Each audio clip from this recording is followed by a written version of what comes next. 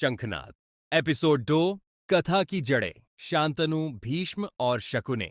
इस श्रृंखला शंखनाद में व्यक्त सभी विचार, व्याख्याएं और कथानक लेखक की व्यक्तिगत दृष्टि पर आधारित हैं। इसका उद्देश्य किसी धर्म या समुदाय की भावनाओं को ठेस पहुंचाना नहीं है। यह सीरीज केवल आध्यात्मिक, दार्शनिक और ऐतिहासिक चिंतन की दृष्टि से प्रस्तुत की जा रही है। धन्यवाद। कहते हैं, हर युद्ध की जड़ किसी न किसी वचन या भाव में छिपी होती है, और महाभारत का बीज उस दिन बोया गया था जब गंगा पुत्र देवव्रत ने लिया था भयावह प्रतिज्ञा।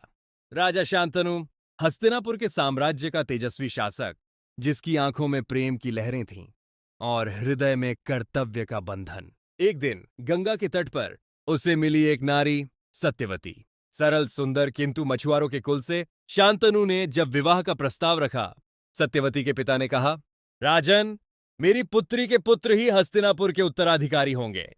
यह सुनकर शांतनु मौन हो गए, क्योंकि पहले से ही उनका एक पुत्र था, देवव्रत। जब देवव्रत को पिता की उदासी का कारण पता चला, तो उसने सिंहासन, राजपाट, यहां तक कि अपने भविष्य तक को त्याग दिया। उसने शपथ ली, मैं आजीवन ब्रह्मचारी रहूंगा और हस्तिनापुर का सिंहासन सत्यवती के पुत्रों का होगा। और उसी क्षण आकाश में गूंज उठा, भीष्म प्रतिज्ञा। देवव्रत बन गए भीष्म, त्याग और वचन के प्रतीक। पर उसी शपथ ने जन्म दिया उस श्राप को, जो वर्षों बाद कुरुक्षेत्र में फूटेगा, क्योंकि जहां त्याग होता है वहां अधूरापन भी जन्म लेता है। कहते हैं, हर महान कथा में एक चालाक दिमाग भी जन्म लेता है, जो हर नियम को मोड़ने में माहिर होता है। और वही था गांधार का राजकुमार शकुनि। गांधारी, शकुनि की बहन, जब अंधे धृतराष्ट्र से ब्याही गई, तो शकुनि के भीतर जल उठा प्रतिशोध।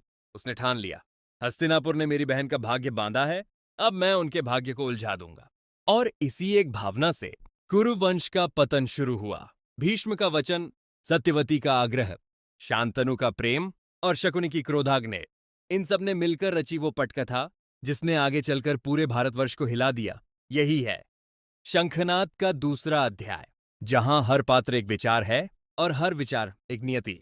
अगर आपको यह कथा पसंद आई, तो अगले अध्याय में जानिए कैसे हस्तिनापुर के राजमहल में कौरव और पांडवों की कहानी ने आकार लेना शुरू किया।